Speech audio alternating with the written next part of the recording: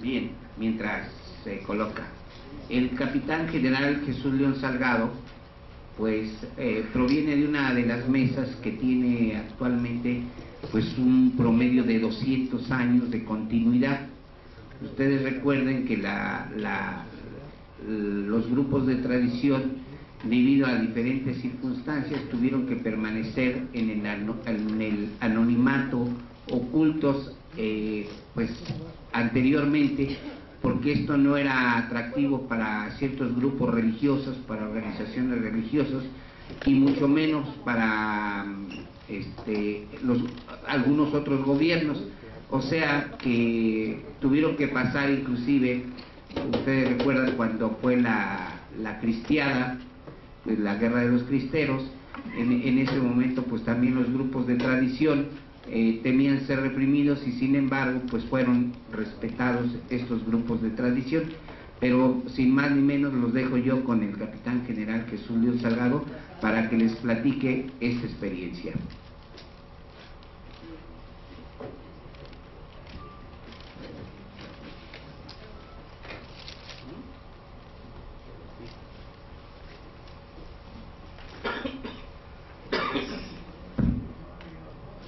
Un saludo a ustedes, desearles lo mejor de este día, y pues no lo dejen de hospital ahora. Ha sido varias semanas y varios días, pero aquí la palabra que me ha pedido usted es sobre si pudiéramos bajar, quitar la luz, o bajarla un poquito. Es hablar sobre la ofrenda a la Madre Tierra, su significado, su impacto y la aportación que ha tenido que ver la tradición oral, conocida popularmente y erróneamente como danzantes.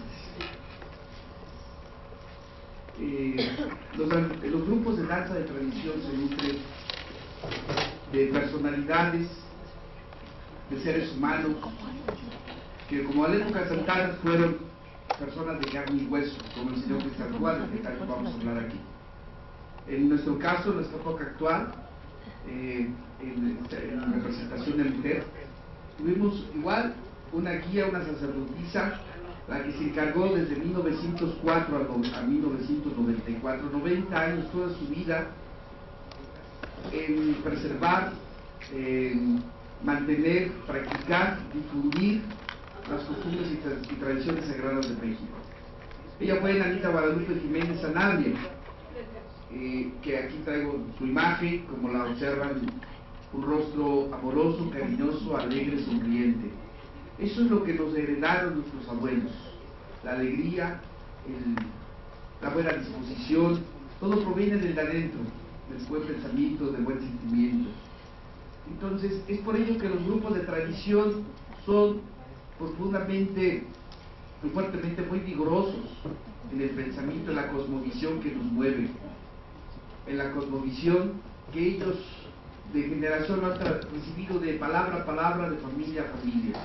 Somos libros vivientes los seres humanos, y así fue desde épocas antanas, desde épocas antiguas, de esta oralidad que ha venido funcionando y tiene un papel muy muy importante. Además del papel que se firma, libros y constitución, el otro fundamento enorme de nuestra cultura es la oralidad, es la palabra, es la Xochitlactoli.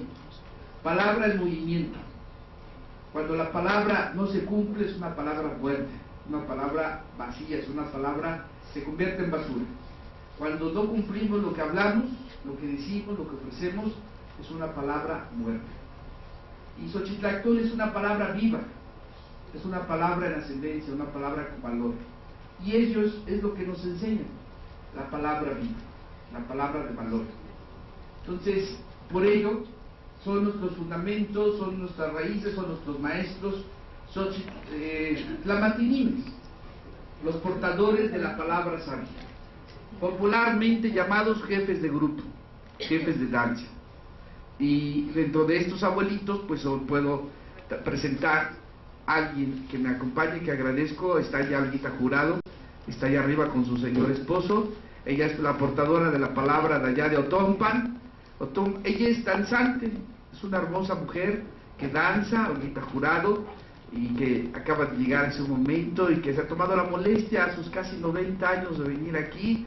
Ella, como ven, danza, es una hermosa mujer danzante. Ella defiende la batalla de Otompan,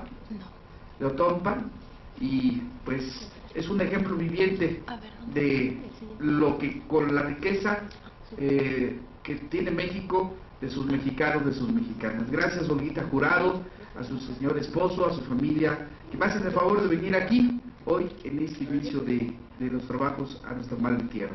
En Otompan, la festividad es el 7 de julio. Recuerden que ahí se libró la batalla, 7 de julio de 1520, cuando venían los invasores a Tenochtitlan a tomarlo. Y ahí fue el primer encuentro en donde hubo mucha sangre, muchos caídos de ambas partes, de los nuestros como de los que venían a invadir. Y ella ha tomado desde hace ya varios años ese trabajo por dignificar y recordar a los caídos ahí. En Otompan se le dan más importancia a las autoridades. ¿A qué creen? A la fiesta del burro. Sí se han escuchado, ¿no? La fiesta del burro. Y está bien, es parte de nuestra historia, pero tiene más apoyo, impacto la fiesta del burro que hechos históricos, cívicos, alentadores, dignificatorios en defensa nuestro y de nuestros hijos y los hijos de ellos. Y es por ello que ahí está un síntoma de lo que tiene México y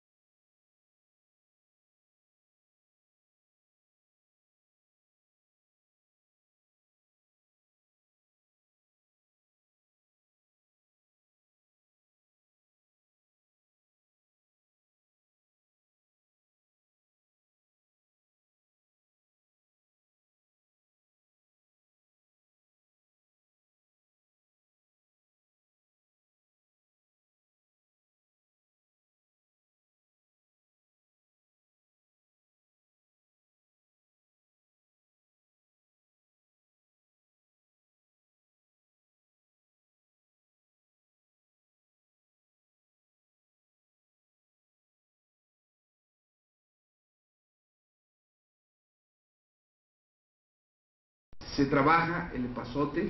Al enfermo, al mediodía, fíjense, al mediodía, cuando las energías del cosmos, al mediodía, están en una potencialidad, al enfermo se le sienta desnudo en una silla, en un asiento, quien sea, se le cobija a manera que pueda sudar el enfermo, se le deja ahí a manera que sude, y se le deja con los ojos abiertos a manera que él esté recapitulando, conectándose interiormente, y se hace el procedimiento de la cura.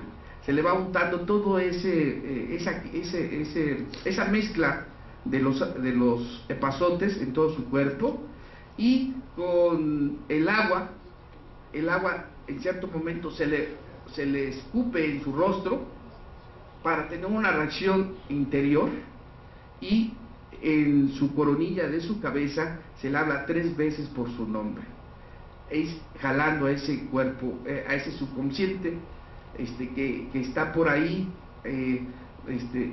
cada vez distanciándose del subconsciente. Entonces se trata de equilibrar, y es un procedimiento en donde la persona y de inmediato muestra una cura.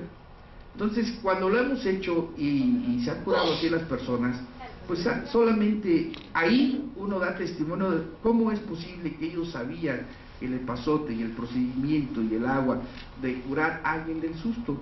Si alguien tiene un susto, se le puede desencadenar desde diabetes hasta se van poniendo amarillos y se muere la gente del susto, fíjense.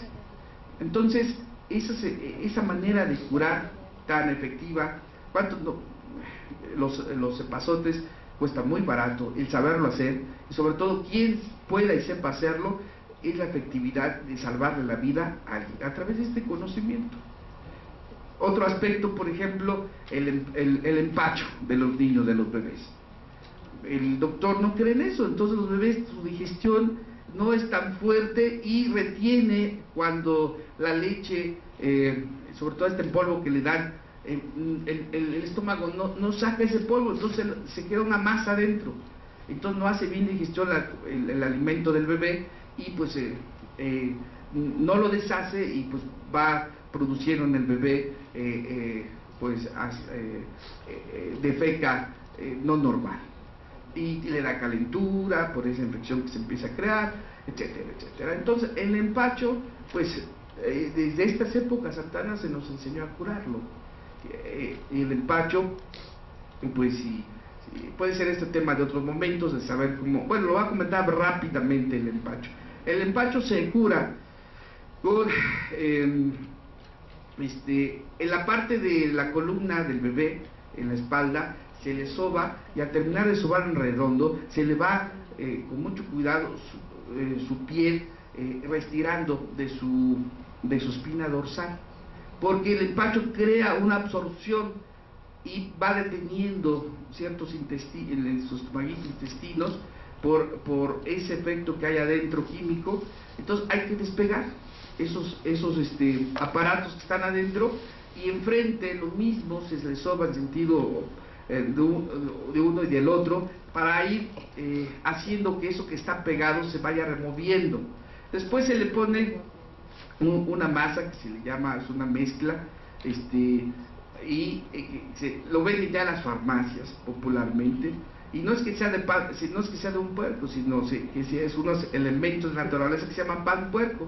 Es una mezclita que se le pone para refrescar y para ir aliviando ese efecto de infección, y al final se le ponen hojas de lechuga al frente y atrás a ese niño, entonces o bebé, y ese efecto hace que el bebé vaya, la lechuga es para refrescar esa calentura que hay adentro, se va contrarrestando con todo este trabajo que se realiza, y el efecto también es de inmediato el bebé, y después de estar sin comer y calentura y demás, se cura.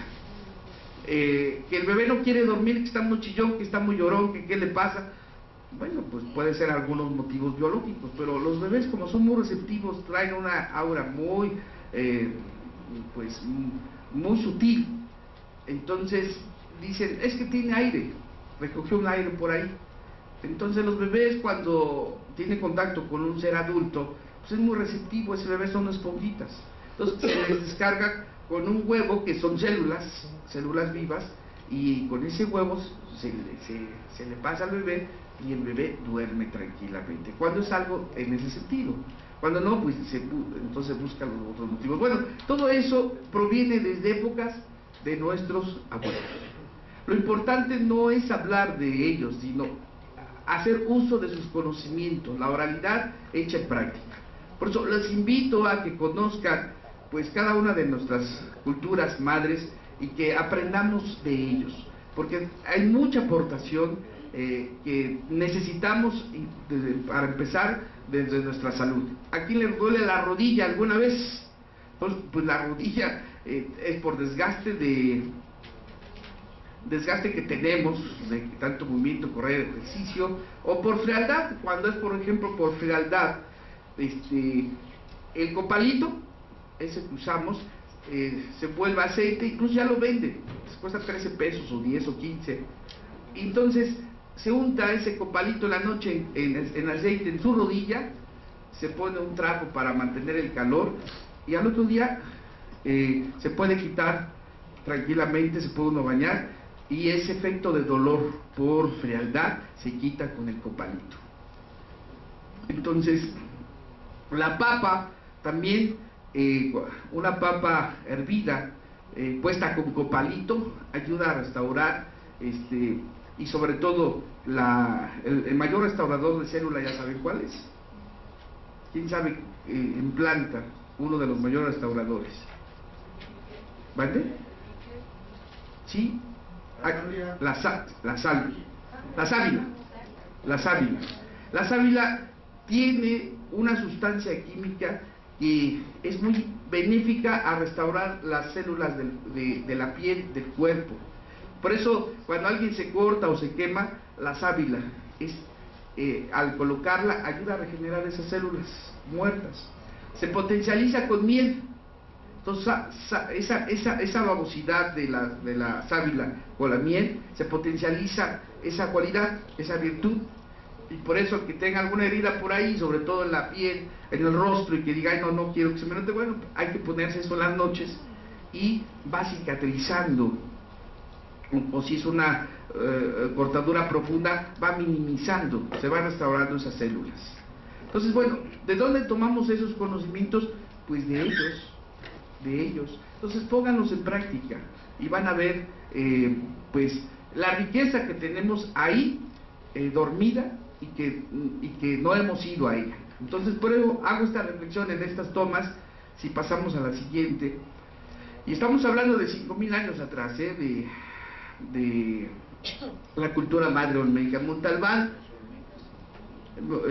de 3,000 años antes de Cristo, la cultura olmeca.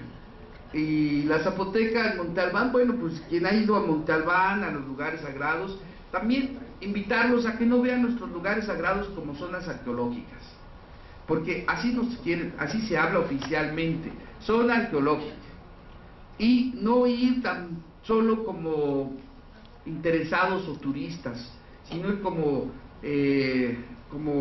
personas que queremos agradecer a quienes nos dejaron estos lugares que son sagrados.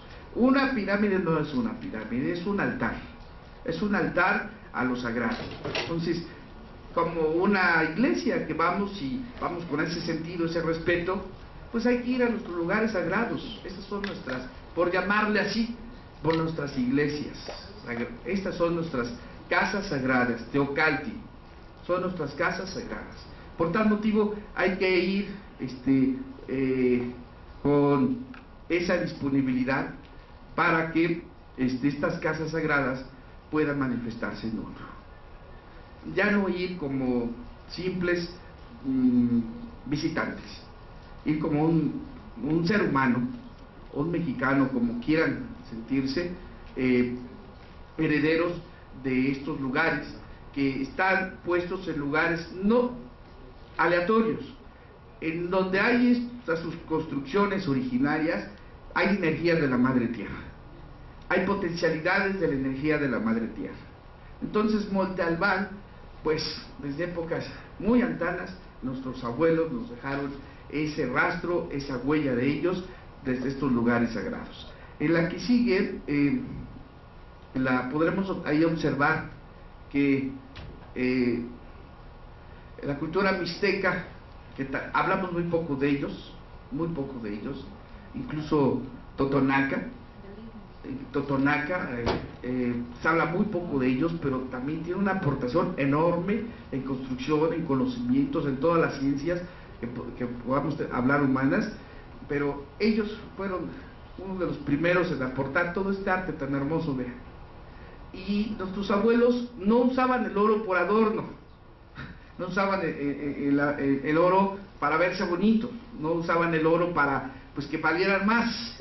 El oro para nosotros es una protección, así como el jade, tienen efectos magnéticos. Por eso se le restaba importancia en valor económico, pero era un valor que se le daba en un aspecto de utilidad para el desarrollo y crecimiento de la persona. Y por eso es que pues esto no era joyería, era hasta cierta manera nuestros símbolos trabajados, pero en metales que para ellos el oro no era importante para los nuestros. Para los que vinieron sí, y se llevaron todo lo que más se pudieron. Por eso los gobernantes usaban el oro, pues no para lucirlo, sino eran protecciones que incluso hoy en día el jade, la obsidiana, en ausencia de oro, viene a cubrir esos aspectos que también usaban nuestros abuelos. También el cuarzo es una piedra que tiene sus efectos magnéticos. Esto me lo regalaron el domingo y es importante. No son amuletos, no son amuletos, son simplemente retenedores de energías, transformadores de energías, porque todo tiene energía en nuestro planeta Tierra. Ustedes, todo tiene un espíritu, tiene una energía. Hay que saber comulgar, eso es lo que nos enseñan nuestras culturas madres. En la siguiente podremos ahí pues ver una de nuestras bellas construcciones. ¿Alguien ha ido allá a Tulum? ¿Alguien ha ido a Chichén Itzá? Bueno, pues es que son lugares magníficos. Imagínense en aquel entonces, lugares donde observaban nuestros abuelos las estrellas, el cosmos, la jícara celeste. Ahí ellos lo construyeron, ahí al pie donde la madre tierra se convierte en agua y donde el agua se convierte en madre tierra, dualidad. Muy cerquita de ahí, esos lugares preciosos, nuestros abuelos dejaron su huella, y estos altares, estos lugares de observación. Por eso hay que ir con un sentido profundo de aprender, de conectarnos, de recibir. Es importante pues llegar al lugar, cerrar los ojos, y así como piden permiso cuando es un lugar que tienen, ustedes sienten que pedir permiso, pues un lugar hay que pedir permiso como hijos de ellos, o como ciudadanos del mundo, del universo, o como hermanos, o como hijos del universo, como quieran. Pero esas energías sagradas, esos guardianes que están ahí, no reciben. Entonces uno sale pues con una presencia diferente, sale con un conocimiento que poco a poco, a través del tiempo, se va revelando al cerebro. También eso es importante, lo que está allá arriba, la numerología. Es fundamental. Los números. Nuestros abuelos mexicas, pues así escribían el 1, el 2, el 3, el 4, con símbolos. Esos son nuestros números. Hoy nos enseñan los números árabes, los números egipcios, los romanos. Ya ven que el 10 es una X, el 11 es la X y un palito a la derecha, o si se resta 9 a la izquierda, etcétera, ¿no? Bueno, pues esos son los nuestros, nuestra numerología. Entonces, y una aportación importantísima es lo que dice ahí, el cero, la aportación del cero, nuestros abuelos mayas. Entonces, ellos ya trabajaban el cero. Y pues, en náhuatl, obviamente, pues el que sepa, pues ya saben, uno en náhuatl, C, Ome, 2, 3, Yey, Nahui, 4, 5, Macuili, Chicuase, Chicome, Chigüe, Chinahui, Matlacli, 10, etcétera, etcétera, etcétera. Entonces, es hermoso nuestra lengua, nuestro conocimiento, en cualquier cultura que ustedes gusten. La invitación va en el sentido de que si ustedes investigan cuáles son sus conexiones ancestrales que tienen, si les preguntan a sus papás o sus abuelos, no digo, pues tu bisabuelo fue maya, fue otomí, fue quechua, lo que haya sido, busquen por ahí, porque por ahí van a encontrar muchos aspectos de su vida que no han entendido, porque la sangre, esos códigos genéticos están ahí y les están hablando, les están diciendo.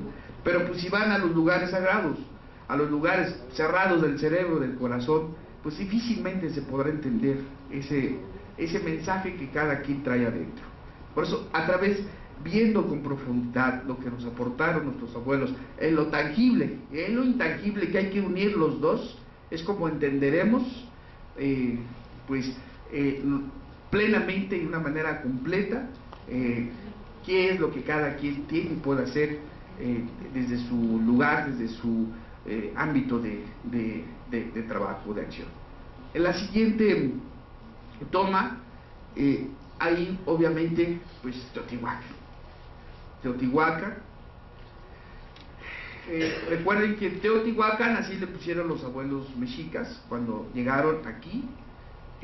Es el nombre que ellos le pusieron. Teo es sagrado, no es Dios, es sagrado, divino, el lugar de lo sagrado.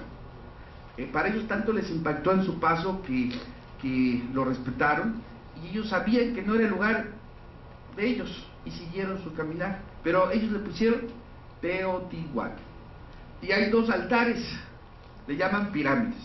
Bueno, hay varios, pero los que predominan es el del sol y el de la luna, ¿no? En dualidad. Los dos altares, uno aparentemente se ve más chico que el otro, pero arquitectónicamente están del mismo nivel, la misma altitud la tienen los dos en Teotihuacán. Ahora, ahí se trabajan dos energías, la energía solar y la energía lunar, la dualidad en ese lugar de Teotihuacán. Y las escalinatas, como todo lugar sagrado y de referencia a los puntos, cómo se maneja la energía en el universo, en el caso de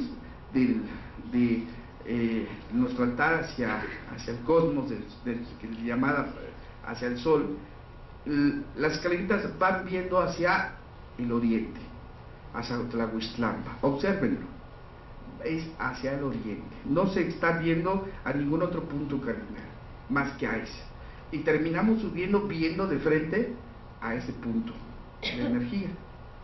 También el templo mayor, sus escalinatas están viendo hacia el oriente. El primer altar que se le hizo católico a Coatlicue, y que está en la Basílica de Guadalupe, en la capilla de indios, donde está la basílica actual, es en sentido opuesto, hasta el fondo se llama el Pocito, antes está la capilla de indios que le llaman. Bueno, ahí al lado del altar, al lado derecho del altar, está la base del primer altar prehispánico que se le puso a Coatlicue. Entonces, ahí está orientado hacia ese punto cardinal, Tlahuistlampa. Entonces, nuestros lugares sagrados tienen rumbo, tienen sentido, y hay que descubrirlo, y hay que conectarnos con ese espíritu, con esa energía. Aquí vamos a ofrendar. ¿Qué vamos a ofrendar?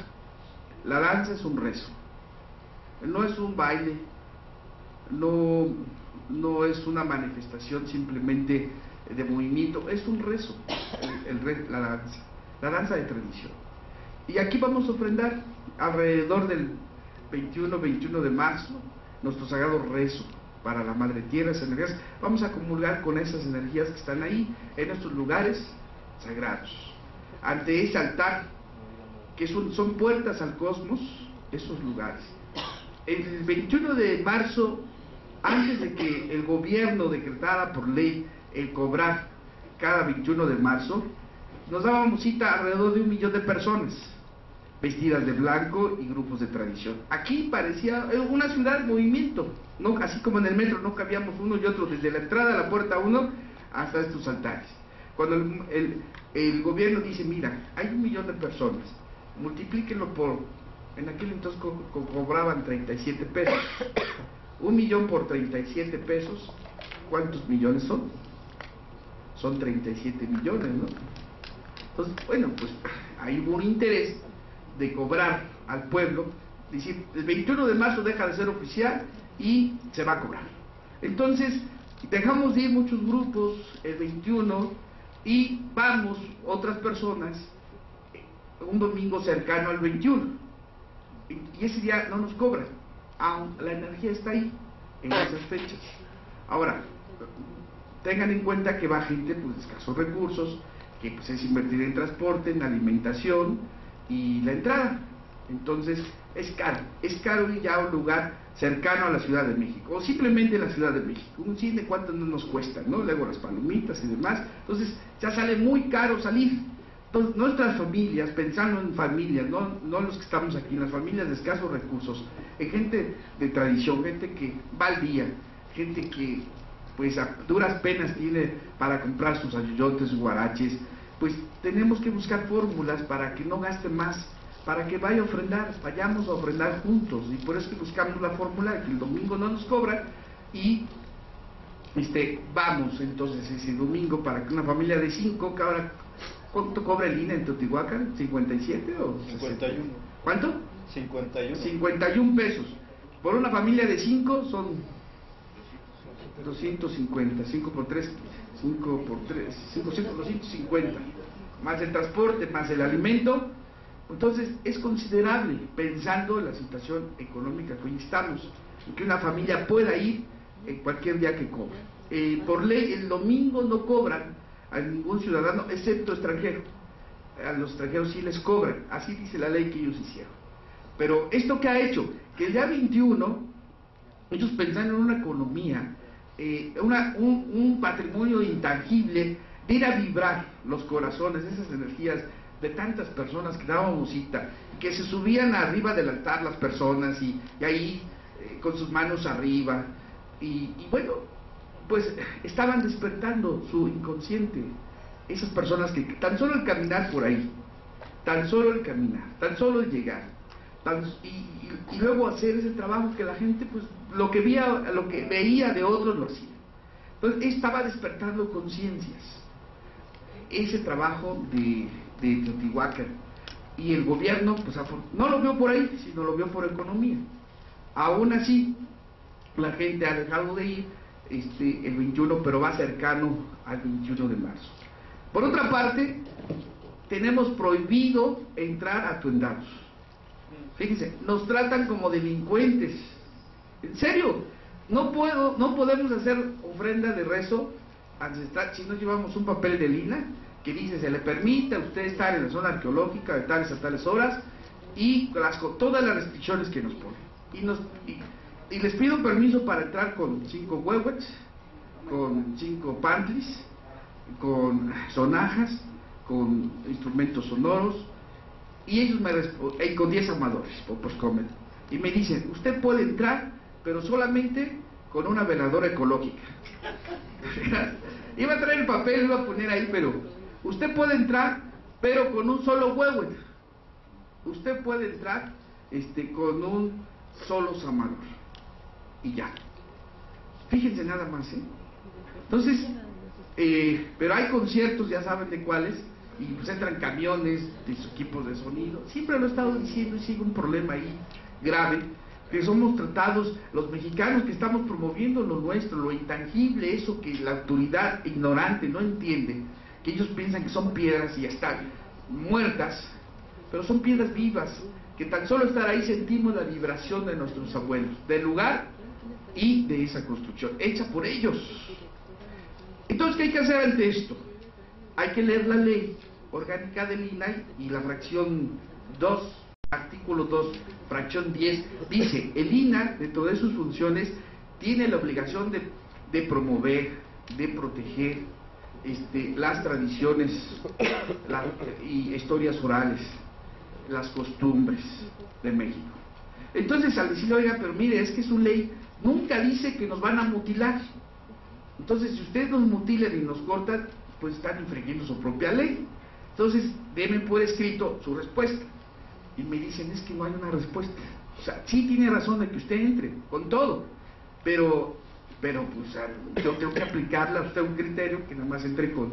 Entonces, por eso hasta ahorita no nos han dado una respuesta en donde hay un fundamento legal, porque la ley nos protege.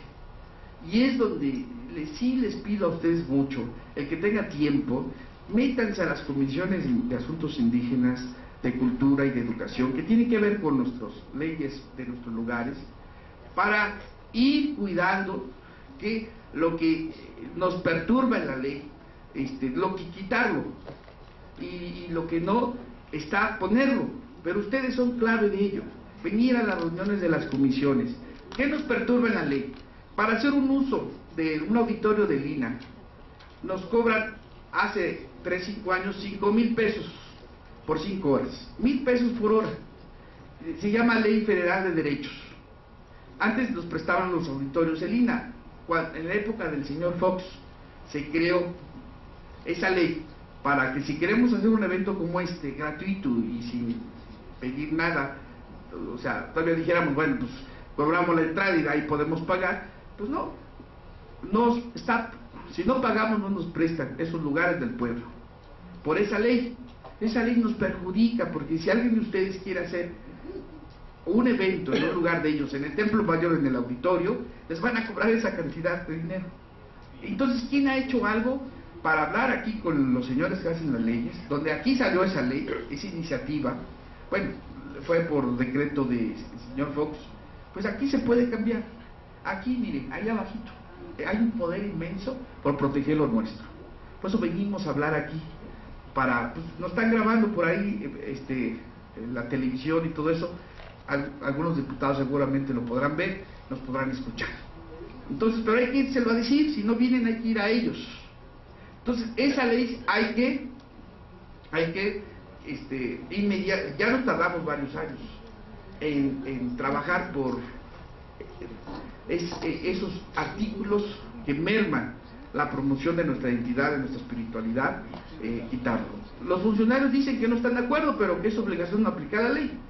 Bueno, pues entonces, ¿por qué no hay un movimiento por parte de nosotros que es tiempo de unirnos y pensar en esos aspectos que nos están perjudicando? Si no estudiamos la ley, si lo hacemos valer, miren, nos tratan de veras, nos tratan como ignorantes. El director de la zona de Teotihuacán, este año estuve casi 2 horas, porque me decía, bueno, está bien, puedes entrar, pero te pido algo, no dances enfrente de la pirámide del Sol. No, vete allá a Quetzalcóatl, a un lugar por aislado. Y oiga, usted sabe lo que significa ese lugar, que usted le llama pirámide, es un altar, y a ese altar le venimos a ofrendar, no a otro lugar. Entonces, pues, después de 2 horas, y hablarle a su jurídico y consultar, nos dejaron ahí. Pero fíjense, su criterio, en donde hemos trabajado por generaciones y vamos con respeto, de una manera ordenada, y aquí hay unos hermanos que han estado ahí, son los problemas que ahora tenemos. Y no queremos que nuestros hijos, los hijos de ellos, nos sigan tratando como delincuentes en nuestros lugares sagrados. Si vamos atuendados, ¿a dónde vas? ¿Qué vas a hacer? No puedes entrar, ¿traes tu permiso? Entonces, vamos atuendados conforme el lugar lo merita. Si vamos, si miren, no nos dicen nada, pero si vamos atuendados, así como ellos, como nuestros hermanos que están ahí trabajando, tenemos esas serias restricciones, y estoy hablando de una realidad que existe cada año. Si ustedes quieren hacer una ceremonia, es más, tocar su atecocoli o usar un samador, prohibido usarlo, prohibido, malos de seguridad, sálgase. ¿Trae su papel? No, sálgase. Y lo sacan a uno. ¿Quiere entrar usted? No toque el caracol, no use estos elementos, porque para ellos el INAH, que es una institución que se creó para proteger lo nuestro, ahora tal parece que está pues para lo nuestro, y lo desapareciendo el INAH. Por tal motivo hay que ir a sentarnos con los del INAH, y hay que hacer mucho trabajo, Está bien las conferencias, está bien que se habla aquí, pero yo creo que una conferencia que no deja una reflexión, conocimientos y una acción, pues yo creo que sería una conferencia vacía.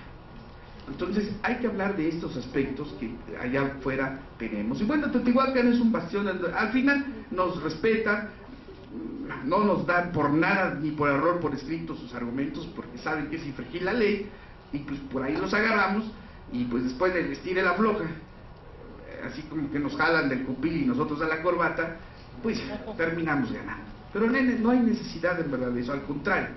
Ellos hablan mucho de lo nuestro, nuestras culturas, funcionarios de altos niveles, las embajadas, nuestros símbolos hay como pues trofeos, pues que aquí se signifique con el pueblo, con la gente. Estos lugares son del pueblo, son lugares de curación, son lugares de meditación, son lugares de crecimiento, son lugares de respeto. Entonces, bueno, pues desde ahí dejo esta reflexión repasando estos aspectos de nuestras culturas madres, y seguimos a la siguiente, hablando del señor Quetzalcóatl. El señor Quetzalcóatl nunca fue un dios. Quetzalcóatl fue un hombre, fue un ser humano, como Nanita, como el jefe Ernesto y otros jefes, fueron seres de carne y hueso, como el Maestro Jesús en nuestras creencias. Todos son seres de elevación, y todos nos podemos elevar. Quetzalcóatl fue un ser de gran conocimiento. Ya nuestros abuelos, desde obviamente Teotihuacán, y después nuestros abuelos toltecas, y de ahí los mexicas, Quetzalcóatl vino a ser un símbolo profundo de identidad, de conocimiento, y hoy se va a hablar mucho de él aquí. No es un dios Quetzalcóatl, está representado como ser humano Quetzalcóatl, pero también está representado de una manera metafórica, serpiente emplumada, una serpiente con plumas. Ya aquí se analizará y aquí se hablará de ello, pero ahí están testimonios de todos esos hombres que vinieron aquí, seres pues de un conocimiento que simplemente se desarrolló por estar en contacto con la madre naturaleza, por recibir ese conocimiento del manejo de lo que nos enseña la universidad, que es la naturaleza. La verdadera universidad es la universidad de la vida y la universidad de la naturaleza. Es donde debemos aprender, es donde están nuestras batallas que no debemos de perder. Como sea la universidad de cualquier escuela escolarizada, se aprende, pero allá afuera, en la calle, en los lugares donde hay altas responsabilidades, ahí no podemos perder. Y ahí nuestros abuelos ganaron a esos terrenos de conocimiento. Pasamos a la siguiente, por favor.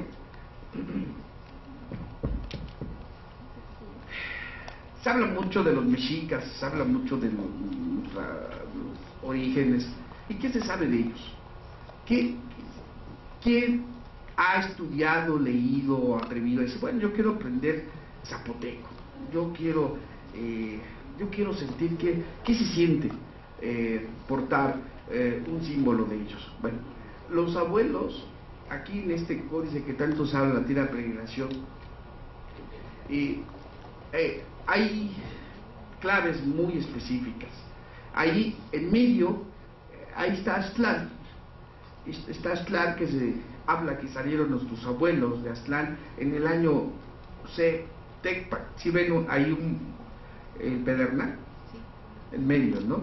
Y esa bolita es uno. Es uno pedernal, en el año 1 pedernal.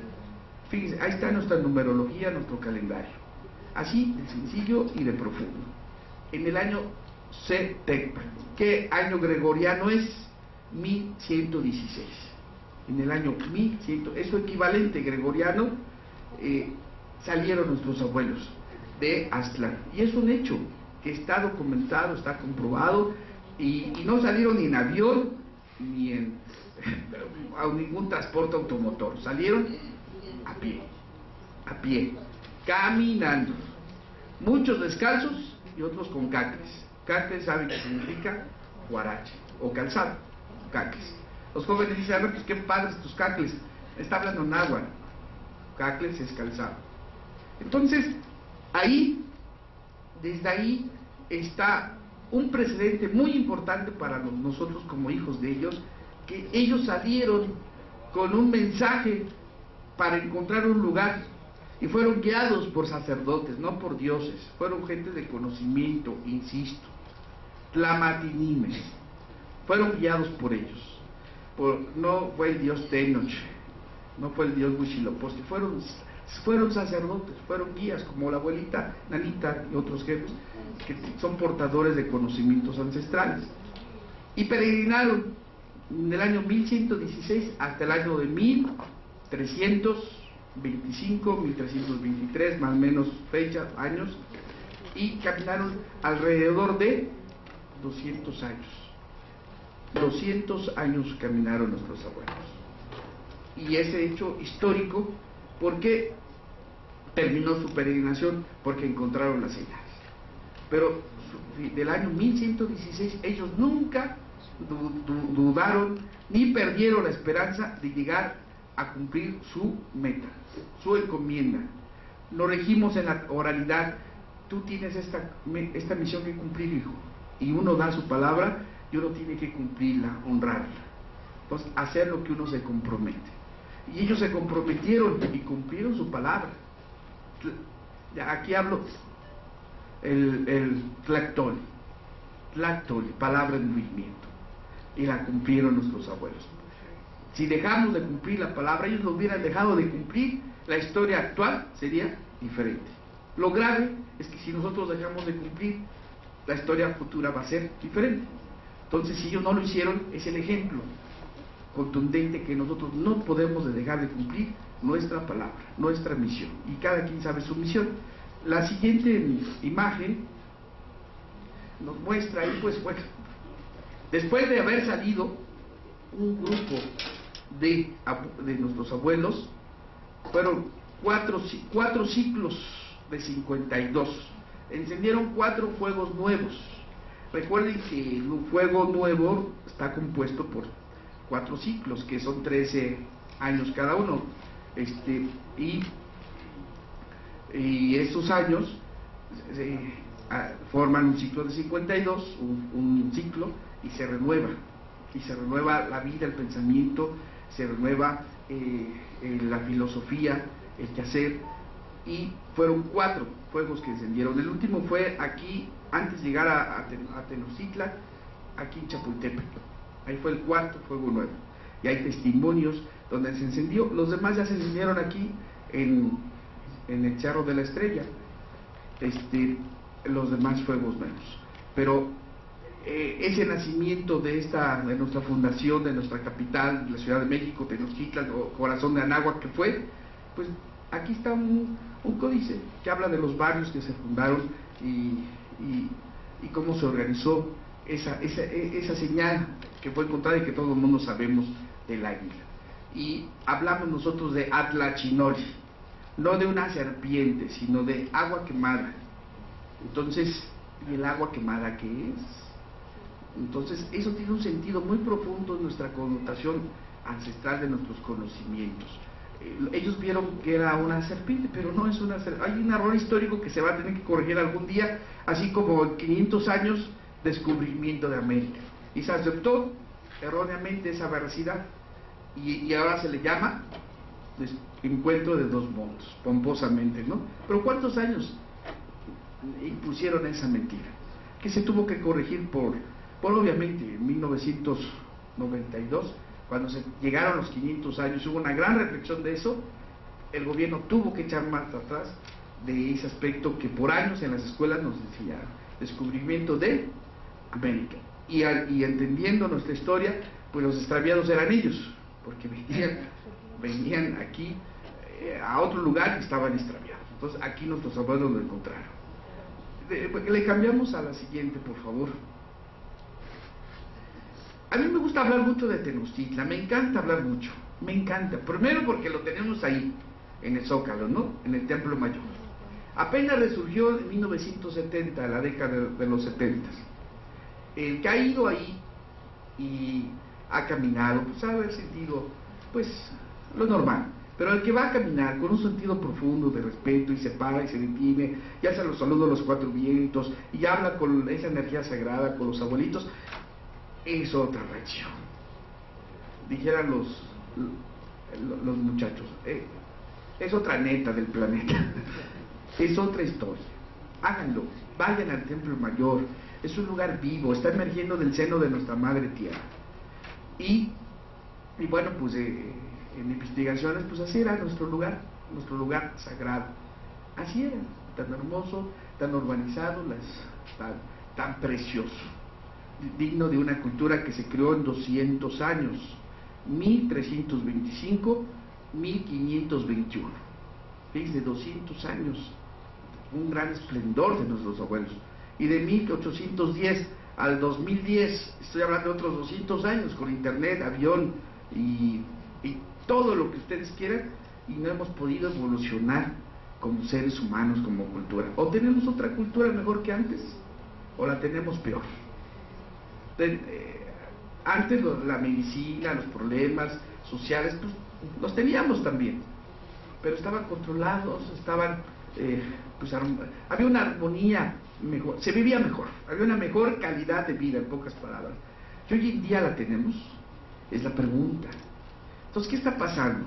Entonces, no es factor primordial el internet y todos los avances tecnológicos, esto ayuda, pero para cambiar al ser humano hace falta ¿qué? Valores, hace falta espiritualidad. El gobierno se ha confundido entre la religión y la espiritualidad. Han separado de las escuelas los temas religiosos, y hasta ese punto está bien, pero lo que no se puede separar son los temas de valores. Eso es un error histórico y grave, por eso tenemos muchos problemas hoy en día, porque los valores desde la infancia, desde la familia, desde la escuela, la sociedad, están perdidos y cada vez se pierden más. Nuestros abuelos nos heredaron, desarrollaron y pusieron a la práctica valores. Por eso todo conocimiento puede ser efectivo si hay valores. Si no hay valores, un conocimiento se puede utilizar en dos sentidos: en construir o destruir. Y nuestros abuelos lo usaron en construir una cultura, una armonía con la naturaleza, una armonía con la vida. Fíjese, un código de vida importantísimo, fundamental. El código militar en aquel entonces estribaba en que cuando se tomaba un pueblo, su altar, su pantli o el jefe de los ejércitos, en ese momento ya estaba vencido ese pueblo. Y la batalla paraba, la lucha se detenía. Es decir, por ejemplo, en Otumba, ¿por qué si eran muchísimos más los nuestros? ¿Por qué ahí Hernán Cortés logró ganar esa batalla? ¿Por qué supo de ese código? El jefe de los ejércitos, él lo atrapó y se hizo él de ese pantli, y ahí lo vieron nuestros abuelos, y para ellos era una batalla que él había ganado. Y ya no siguieron asesinando, ya no siguieron la batalla. Fíjense, es el código de respeto de vida. Y fíjense nada más, hoy en día se tienen aviones y bombardean hogares, un país, y no les importa quién muera. Anteriormente esas batallas eran por sobrevivencia, pero respetando la vida también. Cuando Cuitláhuac salió huyendo del Templo Mayor hacia el poniente, y fueron los abuelos atrás de él, cuando termina Tenochtitlan, donde terminó Tenochtitlan, ahí por la altura del Metro Hidalgo, hasta ahí lo persiguieron, porque él ya había salido del territorio que él había invadido, Hernando de Cortés. Y ya no lo siguieron, ya no lo fueron, ahora te vamos a asesinar. No, lo dejaron ir, porque para nuestros abuelos él ya estaba derrotado. A ellos no les interesaba asesinar, matar, defender su pueblo, defender lo suyo. Entonces, y él se fue, y por eso todavía tuvo la oportunidad de ir a llorar allá a lo largo de la noche. Esa es la versión oficial, la noche triste. Es la noche triunfante para nosotros. No tantos años nos metieron eso en la historia, el árbol de la noche triste. Bueno, pues sí, pero ¿para quién? Bueno, pues allá, por eso se fue este señor. No fueron nuestros abuelos a acabar con él. Bueno hubiera sido, pero antes pusieron valor, los valores de respeto a la vida. Entonces, por eso es que la batalla de Otompan, en base a nuestros abuelos, sus códigos de honor, sus códigos de vida, con los que se conocían, tuvo ese resultado. Y esta defensa que emprendió el señor Cuitlahua. ¿En qué año? ¿En qué día? El 30 de junio de 1520 fue esa batalla. Entonces, eso nos está haciendo falta, los valores. Son claves, son fundamentales y es una gran riqueza. Conocimientos sin valores son conocimientos peligrosos. Es lo que nos hace falta y aquí los encontramos. Pasamos a la siguiente, por favor.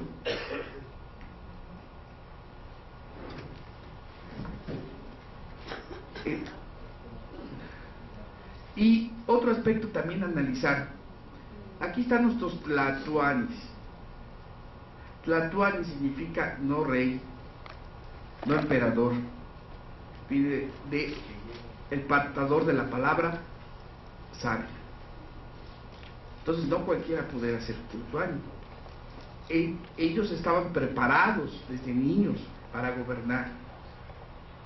Entonces, observen que ahí las fechas hablan de años, no sé qué sea eso del medio, yo no lo puse, pero ahí hay fechas de 16 años, 20 años. Fíjense, recordarlos mencionando su nombre. El primer gobernante fue Acamapixtli. Acamapixtli, ya está el significado.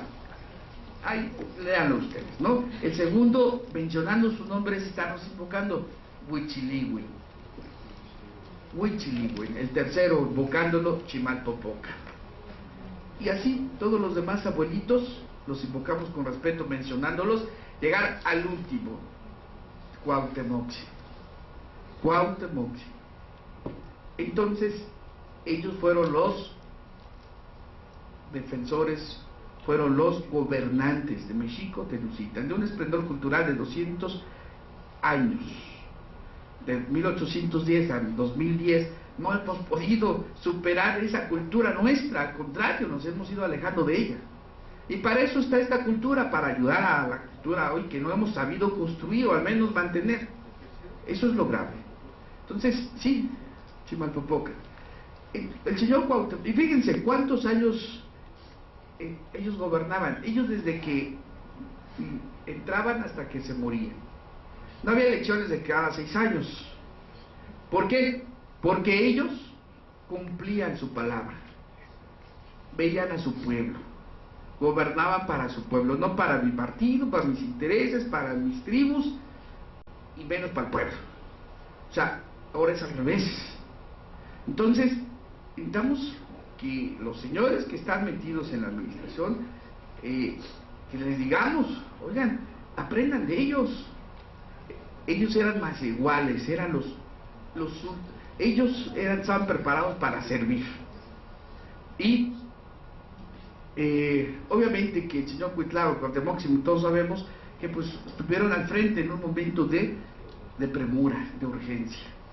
Por eso duraron al frente poco tiempo, pero hicieron su trabajo digno. Entonces necesitamos gobernantes que estén al frente, pues que el que dure, el que dé los resultados que se requiere, pues que se mantenga, y si no, pues adiós. Pues así nos regíamos antiguamente, hasta que se moría el gobernante. Entonces era el portador de la palabra sabia, no era cualquier tipejo el que se ponía al frente de nuestro pueblo. Por eso hubo un gran esplendor, porque esto fue la clave: quién estaba al frente y cómo, y de ahí toda esa estructura social, política, económica y espiritual que había para hacer el florecimiento de una cultura ancestral. Entonces es bonito hablar de ellos, y pero cada quien tiene un nombre conforme el Tonalama, o sea, cada quien cumplió su misión conforme su nombre. Y Cuauhtémoc no es águila que cae. Oficialmente así se nos hizo saber. Es águila que desciende. Desciende. Y desciende es algo que tiene conciencia, que tiene sentido, que tiene rumbo. Y es lo que se trata de cada uno de nosotros. Ser cuauhtémicos, tener rumbo. Cuautleco, ¿qué significa? Águila que asciende, águila que se eleva, águila que vuela. Y tenemos que aprender a ser cuautlecos. Tenemos que elevarnos, nuestro pensamiento, nuestro sentimiento, en Rechor, en nuestros programas de trabajo, en nuestros programas de gobierno. Cuautlecos nos exige eso. Entonces, el señor Cuauhtémoc, el que ya haya ido a Iztaccíhuatl, si eso no es él, no nos interesa, lo que nos interesa es su esencia, que ahí se vive del señor Cuauhtémoc. Y lo ofrendamos, le recordamos a nuestro abuelito, y su batalla está digna, es digna, porque el 13 de agosto de 1521, casi 3 meses, él aquí defendió a nuestros abuelos, a nuestras mujeres, a nuestras familias y sobre todo a nuestras creencias, a nosotros y a los que vengan. ¿Quién dio esa batalla? Este joven, Cuauhtémoc, que lo jalaron, lo llamaron emergentemente de Tlatelolco como ciudad gemela a vencer la gran defensa. Cuitláhuac, recuerden que él murió por la viruela, se contaminó. ¿Y Cuitláhuac qué significa? Excremento. ¿Y él cómo murió? Como un excremento, Cuitláhuac, pero no el excremento humano, hay excremento de los árboles, de las hojas que tienen como hongos. Eso se refería. Él transmutó así, porque ya estaba pues destinado, conforme nuestros libros sabios, a que cada quien iba a cumplir una misión. Entonces, bueno, dejar estas reflexiones y profundizarse en su vida, de cada uno de ellos, cómo se preparó, qué aportó a nuestro esplendor de nuestro pueblo, donde somos sus hijos, sus nietos, sus descendientes, es lo que les invito a que pues lean su biografía, su aportación, y les hablemos a nuestros hijos de ellos, y sentir su energía, su espíritu en cada una de nuestras acciones, de nuestro hacer. Y se habla de muchos hombres sabios griegos, filósofos, Aristóteles y Platón y todo eso, cosas que está bien y son respetables, pero en México, en Anáhuac, tenemos lo nuestro. En la siguiente, bueno, pues ahí se ve, hoy nada más voy a comentar, estos son nuestros pilares, los 3 universidades, los 3 lugares donde la clave de un crecimiento es donde se enseña, y lo primero es el calpulli, la familia. En la familia había barrios, había familia, y ahí en esa familia se sembraban pues todos esos consejos que hoy en día se han perdido, de los abuelos a los hijos. Hoy en día, oye hijo, te voy a dar un consejo. Ay, abuelo, estás loco, te has pasado de onda, abuelo. Antes era escuchado, ¿o no es cierto? Bueno, pues hay que revertir ese proceso. Por eso tenemos muchos problemas allá afuera de violencia, de mentiras, de egoísmos, porque desde niños pues estamos muy dispersos en nuestro sentir y en nuestro pensar. ¿Y dónde encontramos esa unión de dispersión? En las tradiciones sagradas de nuestras culturas originarias. ¿Dónde más? En la meditación personal que cada quien haga, o en el poder de la oración que cada quien haga. Es importante en el día cerrar los ojos, reflexionar sobre lo que quieran, sobre lo que hicieron, lo que no hicieron, y ser Quetzalcóatl, ser mejores, e imponer aspectos superiores, tener una mejor calidad de vida humana y espiritual, y ofrecerla, visualizarse en ese rumbo, emplumarse. Quetzalcóatl significa eso, serpiente emplumada en su sentido náhuatl, Quetzal, bello, Coat, serpiente. Entonces la serpiente emplumada, ¿cómo puede ser una serpiente emplumada? ¿Qué me dice eso? Bueno, es imponer el espíritu sobre la materia, en otras palabras. En otras palabras. Sí, estoy cansado, todavía tengo que revisarle la tarea a mi hijo o hablar con mi hija porque a ver cómo le fue. No, mejor no lo hago. No, pues hay que poner el deber de padres O sea, esa parte de los deberes internos del alma, de las responsabilidades ante los hijos, ante la responsabilidad. Sí, soy jefe de danza, tengo que ir al ensayo, todavía tengo que... Pues hay que irlo a hacer. Entonces, híjole, tengo mi hora de comida y todo, tengo que ir a la cámara corriendo para escuchar la conferencia de X y Y. Pues es cultivarse. O sea, todo lo que sea para aprender es cultivarse y es emplumarse. Entonces, que Tzadkuat nos dejó ese sentido. Por eso en los grupos de tradición llevamos ese mensaje: diario emplumarnos, crecer. Y ese aspecto comienza desde la familia, desde ahí. Entonces no puede haber otro lugar clave más que en la familia, y de ahí se va reflejando afuera, es de adentro hacia afuera. No es posible que un maestro, que alguien que hable del bien afuera y su casa pues tiene un desorden, ¿no? Los hijos, las responsabilidades, la unión, y en su casa es la desunión. O sea, no es posible ello. Mas sin embargo, muchos lo hacen. Entonces, en los nuestros era gente integral. O sea, se pregonaba con el ejemplo en la vida cotidiana. Y es lo que necesitamos, revertir, regresar a la célula fundamental que es la familia, los valores. Y de ahí, pues, apoyarnos en las escuelas como nuestros abuelos. La clave de los nuestros son en las escuelas que, pues, aquel que venía destinado para aspectos de gobierno, ahí se le preparaba, pero en dos sentidos: en el sentido de lo material y en el sentido del crecimiento del espíritu. El Cuicacaltli, la casa de la poesía, del canto, porque la danza es un rezo, es una oración. Por eso ellos danzaban, oraban en esa manera. Y el Tepozcaltli, entonces, se llaman los oficios. Entonces, estos aspectos funcionaron y nos deben de seguir funcionando en nuestras escuelas. No hay valores, insisto. No, hay conocimientos, se está escolarizando. ¿Cuánto tienes? 10, 5, 8. Hoy en día, por ley, un maestro no puede reprobar a un alumno. Con que vaya el alumno a sentarse, ¿saben cuál es la calificación que por ley deben de poner? 5. Antes era 0, 3, 4 horas, está prohibido, 5. Ya con que haga algo, 6. Entonces, ¿qué estamos haciendo? Fabricando gente que no ha desarrollado su capacidad mental, y estamos fabricando obreros, mano de obra barata, gente que, pues, qué bueno el fútbol, qué bueno esto, qué bueno aquello, y esto, o esto, un ambiente propicio para sembrar todos esos problemas que tenemos allá afuera. ¿Por qué? Porque desde temprana edad no se nos enseña a desarrollar primero nuestra capacidad psicomotriz. Oye, el niño está arriba de un árbol, bájalo, Dios mío, se va a caer, bájalo, déjalo, no le pasa nada, ve que se suba al árbol. Oye, se está revolcando la tierra, Dios, quítalo, porque pues tiene calcio la tierra, o sea, tiene vitaminas, o sea, se alimenta. O sea, los hijos de hoy en día y recientes estamos excesivamente mal cuidados.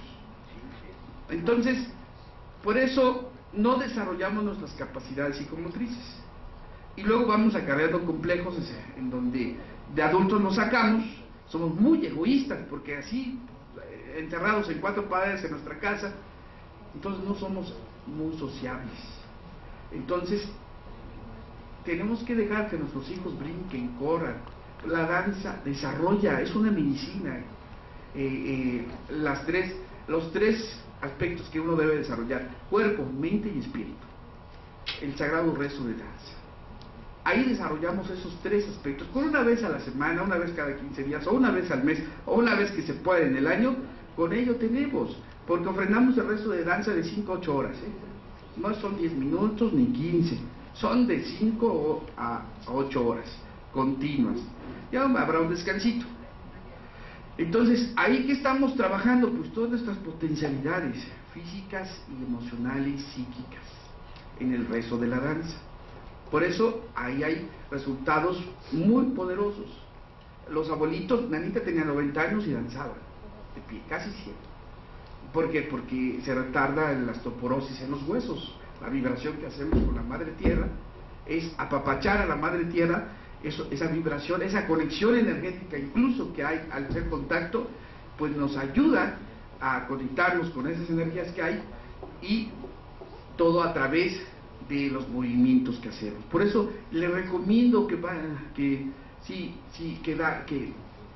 practiquen ceremonias, la que quieran, no tan solo de la danza, puede ser huichola, raramuri, la que ustedes quieran, pero practiquen, háganlo, porque eso les va a ayudar a su desarrollo psicomotriz y energético.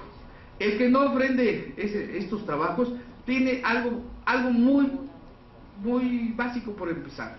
¿Quién en las mañanas se levanta y abre los ojos y dice, gracias dador de la vida, o lo que sea? Bueno, y pues me encomiendo a ti y lo que quieras. O sea, da las gracias por abrir los ojos. Un día ya no los vamos a abrir. Bueno, hoy es esa ganancia. ¿Quién en el día? Bueno, voy a mover mi energía. Bueno, con haciendo ejercicio, simplemente no te falta ese correr, hacer sus movimientos ahí corporales, están moviendo su energía, además es biológico. Entonces, eso 5 minutitos, 10 en la mañana les va a dar un alto rendimiento, porque están activando su circulación sanguínea en la mañana. Están mandando mensajes al cuerpo para que se active su circulación sanguínea. Entonces llega ese oxígeno a través de la sangre al cerebro, al estar haciendo movimientos, ejercitándonos un ratillo nada más, y eso nos permite otra lucidez. Imagínense potencializar ese ejercicio en armonía cuando está uno en el sagrado rezo de danza. ¿Quién danza aquí? ¿Quién danza aquí? Nada más levante su mano izquierda. Bueno, ¿quién ofrenda danza? Bueno, cuando ofrendamos el sagrado rezo de danza, cuando nos dejamos llevar a los movimientos, pues no se siente el frío, no se siente el calor, no se siente el cansancio, no se siente la sed. O sea, cambiamos de un estado emocional poderoso. Hay una conexión con la madre tierra, con la madre naturaleza, con los elementos, con este trabajo ceremonial. Y pues vamos trabajando los aspectos del cuerpo y los aspectos del cuerpo que no se ven. Y eso, la madre tierra se hace manifiesta. Nosotros le ofrendamos a la tierra, a los elementos, a lo sagrado. Apapachamos a la tierra. Estamos por ir a Chalma, son 5 días, lunes, martes, miércoles, jueves, 4 días de ofrendar. Mañana, tarde y noche. Entonces uno dice, ¿a dónde vas a Chalma? ¿Y dónde vienes de Chalma? Ser chalmero es fuerte, ser danzante chalmero es doble fuerte. Bueno, ese es el camino que nos dejaron nuestros abuelos. Pasamos a la siguiente que me trato de ir rápidamente. Tlatoani. Palabra clave.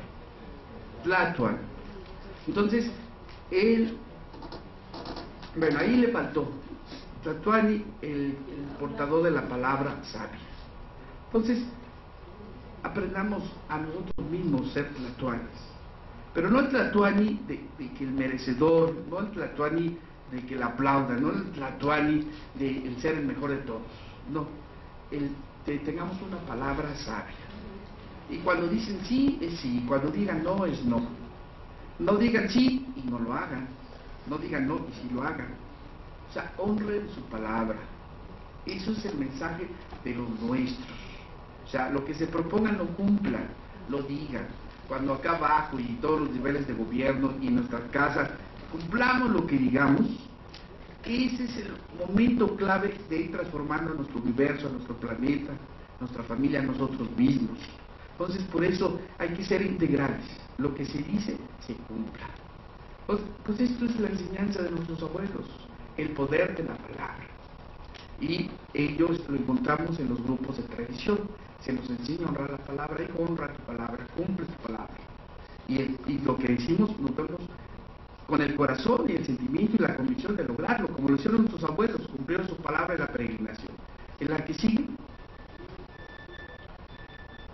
pues se hablan muchos órdenes y estructuras sociales, ¿no? Pero aquí hay algo importante, el consejo. El consejo, se habla del tlatoani y luego los sacerdotes, y jueces y demás. Bueno, es algo que cercano a lo que se puede decir una realidad, pero allá está el tlatoani, y el tlatoani era elegido por un consejo. Y recuerden, desde que se elegía hasta que transmutaba el tlatoani. Y ese consejo, pues, provenían consejeros de los diferentes barrios,